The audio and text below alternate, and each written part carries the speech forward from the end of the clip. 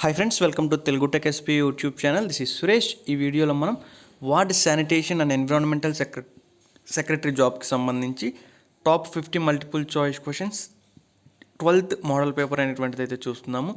ఇందులో first question, మీకు 11 model పేపర్స్కి సంబంధించి వీడియో లింక్స్ ఏదైనా కావాలనుకున్నట్లయితే నేను డిస్క్రిప్షన్లో అయితే ప్రొవైడ్ చేశాను. డిస్క్రిప్షన్లో ఆ మోడల్ పేపర్స్ అయితే చూడొచ్చు ఒకవేళ చూడకపోయినట్లయితే. ఇందులో ఫస్ట్ క్వశ్చన్, జికా వైరస్ను తొలిసారిగా ఏ దేశంలో గుర్తించారు? జికా వైరస్ను తొలిసారిగా ఏ దేశంలో గుర్తించారు అంటే ఉగాండాలో ఈ జికా వైరస్ను మొట్టమొదటిసారిగా గుర్తించడం జరిగింది. సో ఫ్రెండ్స్, మీకు ఒకవేళ వీటికి ఆన్సర్స్ ఏమైనా తెలిసినా మీరు ఒకవేళ చెప్పాలనుకున్నా మీకు లైవ్ చాట్ అనేటువంటిది అక్కడ ఎనేబుల్లో ఉంటుంది. మీరు లైవ్ చాట్లోకి వెళ్ళి వీటి యొక్క ఆన్సర్స్ అనేటువంటివి మీరు ముందే గెస్ చేసి చెప్పినట్లయితే తెలియని వాళ్ళకు కూడా ఎంతవరకు యూస్ఫుల్ అవుతుంది. Next second question, Indian institute of tropical meteorology IITM అనేటువంటిది ఎక్కడ ఉంది? దీన్ని ఇంకొక విధంగా ఎట్లా అడుగుతారంటే IITM యొక్క ఫుల్ ఫామ్ ఏంటి అని అడుగుతారు. Indian institute of tropical meteorology అనేటువంటిది. అయితే ఇది ఎక్కడుంది అన్నట్లయితే పూణేలో ఉంది. నెక్స్ట్ థర్డ్ క్వశ్చన్, భారతదేశానికి చెందినటువంటి ఉపగ్రహ నావిగేషన్ వ్యవస్థ IRNSS దీని యొక్క ఫుల్ ఫామ్ ఏంటి? Indian regional navigational satellite system. దీనిలో భాగంగా ఇప్పటి వరకు ఎన్ని ఉపగ్రహాలను ఇస్రో ప్రయోగించింది? ఒకసారి క్వశ్చన్ మళ్ళీ చూడండి. ఇది భారతదేశానికి చెందినటువంటి ఉపగ్రహ నావిగేషన్ వ్యవస్థ IRNSS దీని యొక్క full form Indian regional navigational satellite system. దీనిలో భాగంగా ఇప్పటి వరకు ఎన్ని ఉపగ్రహాలను ఇస్రో ప్రయోగించింది? ఎన్ని ఉపగ్రహాలను ప్రయోగించింది? 6 ఉపగ్రహాలను ప్రయోగించింది. నెక్స్ట్ ఫోర్త్ క్వశ్చన్, ఒక బ్యారెల్ చమురు ఎన్ని లీటర్లకు సమానం? 159 లీటర్లకు. ఇది బ్యారెల్ అనేటువంటిది ఎక్కువగా మనం న్యూస్లో చూస్తుంటాము. ఒక బ్యారెల్ ముడి చమురు ఇంత అని చెప్పేసి చెప్తుంటారు. సో అదే ఆ బ్యారెల్ అనేటువంటి ఒక బ్యారెల్ అంటే ఎన్ని లీటర్స్ అంటే దాదాపు 159 లీటర్లకు ఈ ముడి చమురు అనేటువంటిది సమానం అవుతుంది. DNA ఫింగర్ ప్రింటింగ్ ప్రక్రియను అభివృద్ధి చేసినటువంటి వ్యక్తి లేదా అభివృద్ధి చేసినటువంటి శాస్త్రవేత్త ఎవరు అని అడిగినప్పుడు ఒకసారి చూడండి, అలెక్ జెఫ్రీస్ అనేటువంటి ఆయన DNA ఫింగర్ ప్రింటింగ్ ప్రక్రియను అభివృద్ధి చేసినటువంటి వ్యక్తి. పల్స్ పోలియో కార్యక్రమం ఎప్పుడు ప్రారంభమైంది? పల్స్ పోలియో కార్యక్రమం ఎప్పుడు ప్రారంభమైంది అంటే ఏ సంవత్సరంలో ప్రారంభమైంది? 1995వ సంవత్సరంలో ఈ పల్స్ పోలియో అనేటువంటి కార్యక్రమాన్ని ప్రారంభించడం జరిగింది. గుండెపోటు వచ్చినప్పుడు సాధారణంగా వెంటనే నాలుక కింద ఏ మందును పెట్టాల్సిందిగా వైద్యులు సూచిస్తారు? గుండెపోటు వచ్చినప్పుడు మీ దగ్గర అవైలబిలిటీలో ఉన్నట్లయితే ఒక మందును అయితే పెట్టమని చెప్పి టంగ్ కింద నాలుగు కింద పెట్టమని చెప్పి అయితే డాక్టర్స్ అయితే ప్రిస్క్రైబ్ చేస్తారు. అయితే ఆ మందు ఏంటి? యాస్పిరిన్. గుండెపోటు వచ్చినప్పుడు జనరల్గా వెంటనే నాలుగు కింద యాస్పిరిన్ అనేటువంటి మందునైతే పెట్టమని చెప్పి డాక్టర్స్ అయితే ప్రిస్క్రైబ్ చేస్తారంట. నెక్స్ట్ 2015లో వైద్య శాస్త్రంలో నోబెల్ బహుమతి పొందినటువంటి వారు ఎవరు? 2015వ సంవత్సరంలో వైద్య శాస్త్రంలో నోబెల్ బహుమతి పొందినటువంటి వారు సతోషి ఒమూరా అనేటువంటి వారు. కేంద్ర ఆరోగ్య కుటుంబ మంత్రిత్వ శాఖ ఇటీవల విడుదల చేసినటువంటి శక్తివంతమైన క్షయ మందు, క్షయ అంటే టీబీ. ఒకవేళ ఏదైనా మిస్టేక్స్ ఉంటే మీరైతే ఒకసారి కామెంట్స్లో నా నోటీస్కి తీసుకురండి.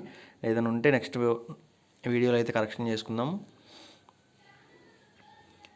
బెడాక్విలిన్ అనేటువంటి మందుని కేంద్ర కుటుంబ ఆరోగ్య మంత్రిత్వ శాఖ ఇటీవల విడుదల చేశారు. ఇది దేనికి యాంటీగా పనిచేస్తుంది అన్నట్లయితే క్షయ వ్యాధికి. ప్రపంచ క్షయ దినం ఎప్పుడు అన్నట్లయితే మార్చి 24వ తేదీన. ఏ మూలకాన్ని ఎకార్యాడాన్ అని కూడా పిలుస్తారు? ఏ మూలకాన్ని ఎకార్యాడాన్ అని కూడా పిలుస్తారు? యునాక్టియం అనేటువంటి మూలకాన్ని ఎకార్యాడాన్ అని కూడా పిలుస్తారు. సో ఫ్రెండ్స్, ఇటువంటివన్నీ మీరైతే జాగ్రత్త గుర్తుపెట్టుకోండి. అంటే ఈ బిట్స్ మీకు మెయిన్గా ఎక్కడ దొరకవు, అది మెయిన్ ప్రాబ్లం అవుతుంది. ఏమన్నా దొరికితే ఆ యానిమల్ నేమ్ ఏంటి అని ఇట్లా జనరల్ బిట్స్ దొరుకుతాయి. ఇవి కొంచెం టిపికల్గా డిఫరెంట్గా ఉంటాయి. ఇంకోటి ఏంటంటే మన వాళ్ళు ఫస్ట్ నుంచి ఫాలో అవుతున్నటువంటి వాళ్ళు ఈజీగా ఆన్సర్ చేయగలగాలని చెప్పేసి వాళ్ళు నాలెడ్జ్ అనేటువంటిది మన ఛానల్ నుంచి కొంచెం టెస్ట్ చేయదలుచుకొని వాళ్ళు టెస్ట్ చేసుకుంటారని చెప్పేసి ప్రీవియస్గా మనం వీడియోస్లో చేసినటువంటి క్వశ్చన్స్ కూడా ఒక 3 or 4 క్వశ్చన్స్ అయితే ఈ 50 క్వశ్చన్స్లో యాడ్ చేయడం జరిగింది. సో మీరైతే రెగ్యులర్గా ఫాలో అయితే వాటికైతే మీరు ఆన్సర్ చేయొచ్చు. నేను ఆన్సర్ చెప్పకముందే క్వశ్చన్ చదివినటువంటి వెంటనే మీరు ఆన్సర్స్ అయితే గెస్ట్ చేయొచ్చు. సో రెగ్యులర్గా ఫాలో అవ్వండి, స్కిప్ చేయకుండా చూడండి. సో 12th క్వశ్చన్ ఒకసారి చూడండి. ప్రసిద్ధ రష్యన్ టెన్నిస్ క్రీడాకారిణి మరియా షరపోవా ఏ నిషిద్ధ మందును తీసుకోవడం ద్వారా డోపింగ్ పరీక్షలో విఫలమయ్యారు? మెల్డోనియం అనేటువంటిది. ఇదైతే ఒక నిషిద్ధ మందు, అంటే బ్యాండ్ కెమికల్ ఇది. So 13th question. టైఫాయిడ్ వ్యాధి నిర్ధారణకు ఉపయోగించేటువంటి పరీక్ష. ఇది జనరల్గా చాలామందికి తెలిసినటువంటిది. ఏ పరీక్షని యూజ్ చేస్తారు టైఫాయిడ్ డిసీజ్ని రికగ్నైజ్ చేయడానికి అన్నట్లయితే వైడల్ టెస్ట్ని యూజ్ చేస్తారు. తర్వాత మహారాష్ట్రలోని జైతాపూర్లో స్థాపించనున్నటువంటి అణు రియాక్టర్లను సరఫరా చేస్తున్నటువంటి అరీవా కంపెనీ ఏ దేశానికి చెందింది? ఏ దేశానికి చెందినటువంటి కంపెనీ ఇది? ఫ్రాన్స్ దేశానికి చెందినటువంటిది. సో దీంట్లోనే ఇంకొక క్వశ్చన్ ఎలా అడుగుతారో చూడండి. మహారాష్ట్రలో ఏ ప్రదేశంలో అణు రియాక్టర్లను స్థాపించనున్నారు అన్నట్లయితే జైతాపూర్లో. ఇంకొక క్వశ్చన్ ఏ విధంగా ఉంటుందంటే మహారాష్ట్రలోని జైతాపూర్లో స్థాపించనున్నటువంటి అణు రియాక్టర్లను సరఫరా చేస్తున్నటువంటి కంపెనీని గుర్తించండి, లేదా ఆ కంపెనీ ఫ్రాన్స్ దేశానికి చెందినటువంటి కంపెనీని గుర్తించండి. అంటే ఆ కంపెనీ పేరైతే మనం గుర్తుపెట్టుకోవాలి. ఆ కంపెనీ పేరేంటి? అరీవా అనేటువంటిది. ఒకసారి చూడండి, ఇక్కడ ఒక క్వశ్చన్లో నుంచి 3 to 4 క్వశ్చన్స్ అయితే మనం రైజ్ చేసుకోవచ్చు. సో ఈ విధంగా లాజికల్గా థింక్ చేసి మీరైతే చదువుకున్నట్లయితే ఎగ్జామినేషన్స్లో మ్యాక్సిమం ఖచ్చితంగా సక్సెస్ అవ్వడానికి అయితే ఛాన్సెస్ అయితే ఉంటాయి. అందులో 15th క్వశ్చన్ ఒకసారి చూస్తే వరల్డ్ యాంటీ డోపింగ్ ఏజెన్సీ యొక్క ప్రధాన కార్యాలయం ఎక్కడుంది? వరల్డ్ యాంటీ డోపింగ్ ఏజెన్సీస్ ప్రధాన కార్యాలయం ఎక్కడుంది? మాంట్రియల్ అనేటువంటి ప్లేస్లో, ఇది కెనడాలో ఉంటుంది. నెక్స్ట్ వన్,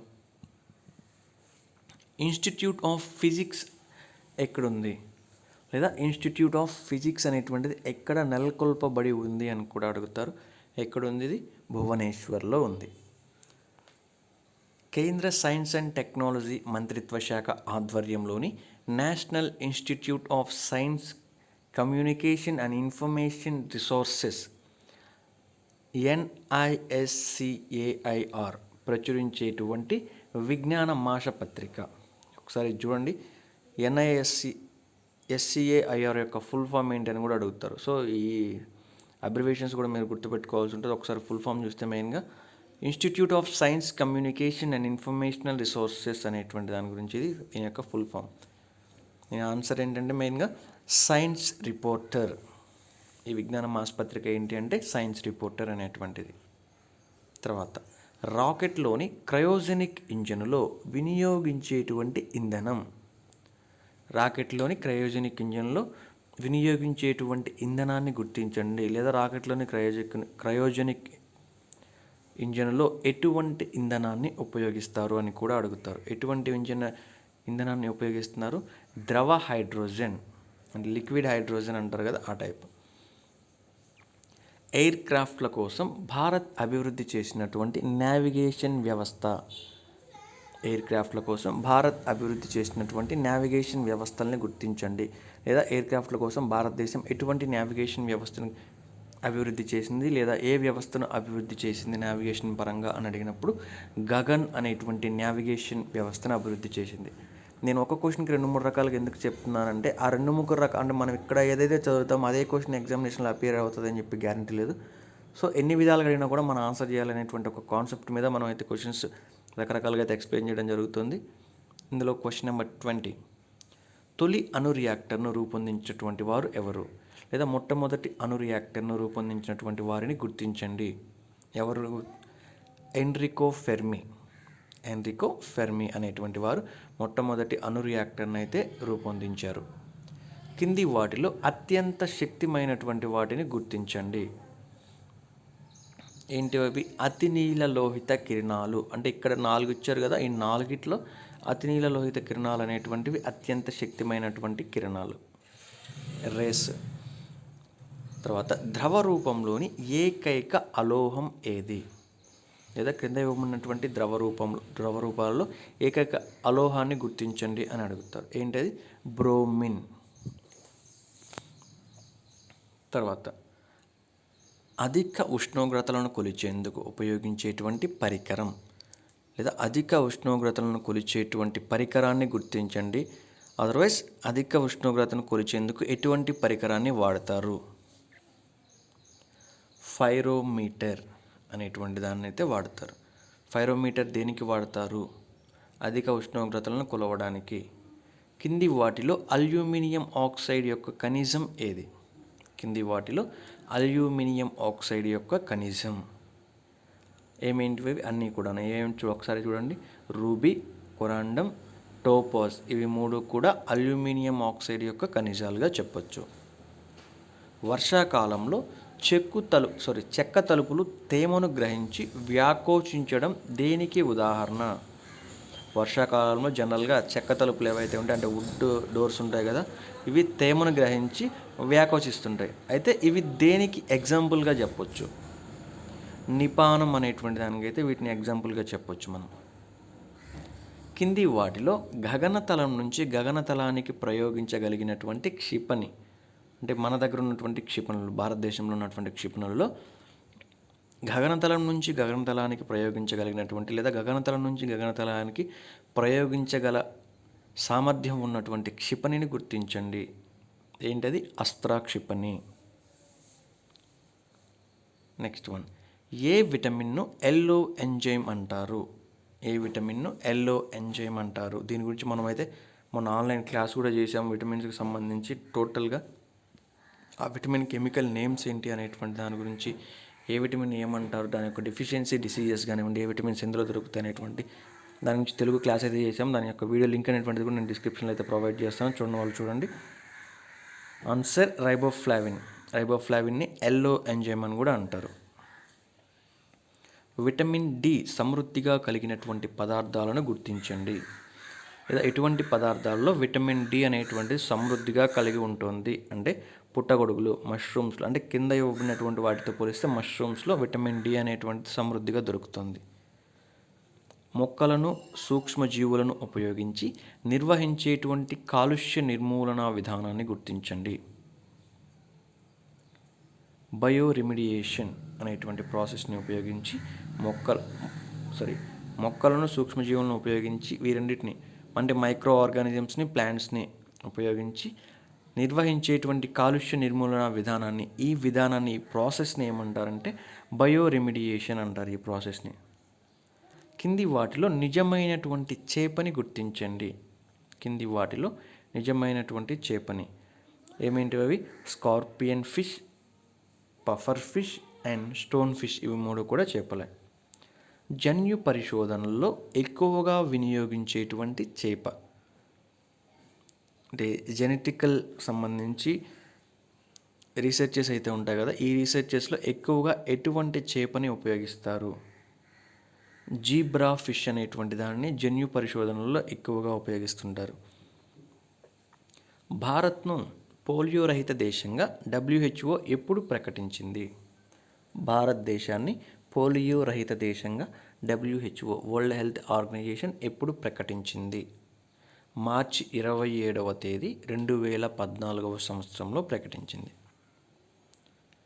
బయోగ్యాస్లో మీథేన్ ఏ మేరకు ఉంటుంది? బయోగ్యాస్లో మీథేన్ ఏ మేరకు ఉంటుంది? 55 నుండి 65% వరకు ఈ మీథేనే ఉంటుంది బయోగ్యాస్లో.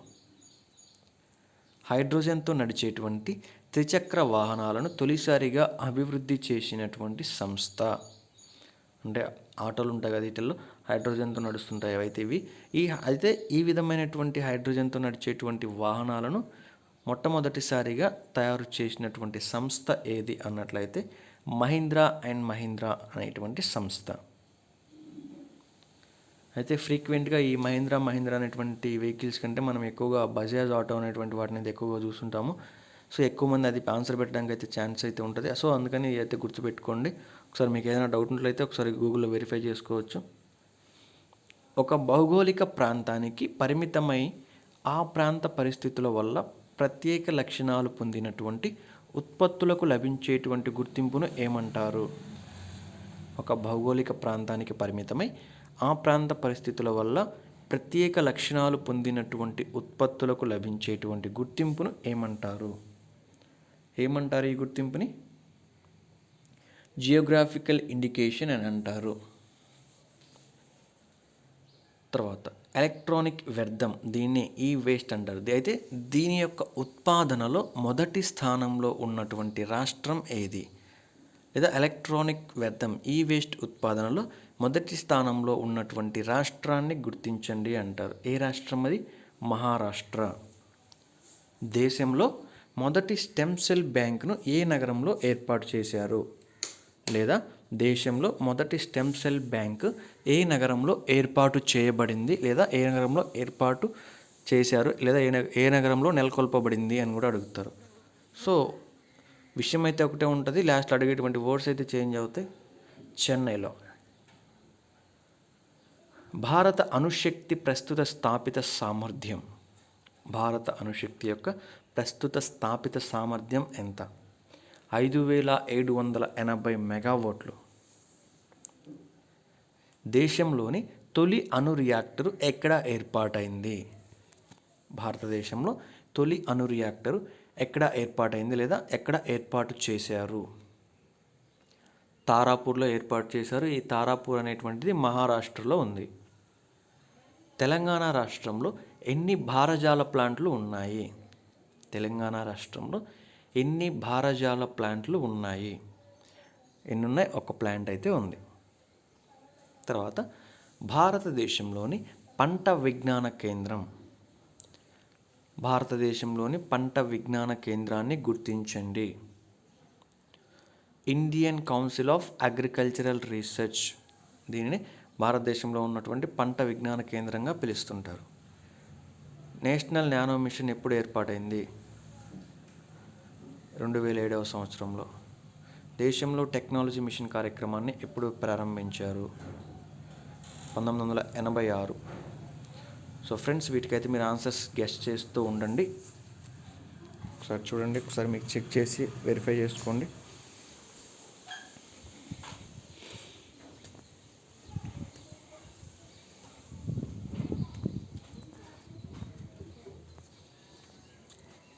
నెక్స్ట్ 44th క్వశ్చన్ వచ్చేసి, చిన్నారులను ఎన్ని వ్యాధుల నుంచి రక్షించేందుకు ప్రభుత్వం మిషన్ ఇంద్రధనుస్సులో భాగంగా దేశవ్యాప్తంగా టీకాలను అందిస్తుంది? 7. తర్వాత భారతదేశంలో తొలిసారిగా నోటి ద్వారా తీసుకోగలిగేటువంటి ఓరల్ ఇన్సులిన్ అభివృద్ధి చేసినటువంటి సంస్థను గుర్తించండి. ఏ సంస్థ అది? బయోకాన్ అనేటువంటి సంస్థ. 46th వన్, సక్యులెంట్ కరు అనేటువంటి బయోడైవర్సిటీ హాట్స్పాట్ ఏ ఖండంలో ఉంది, లేదా ఏ ఖండంలో కనిపిస్తుంది మనకి? ఆఫ్రికా ఖండంలో.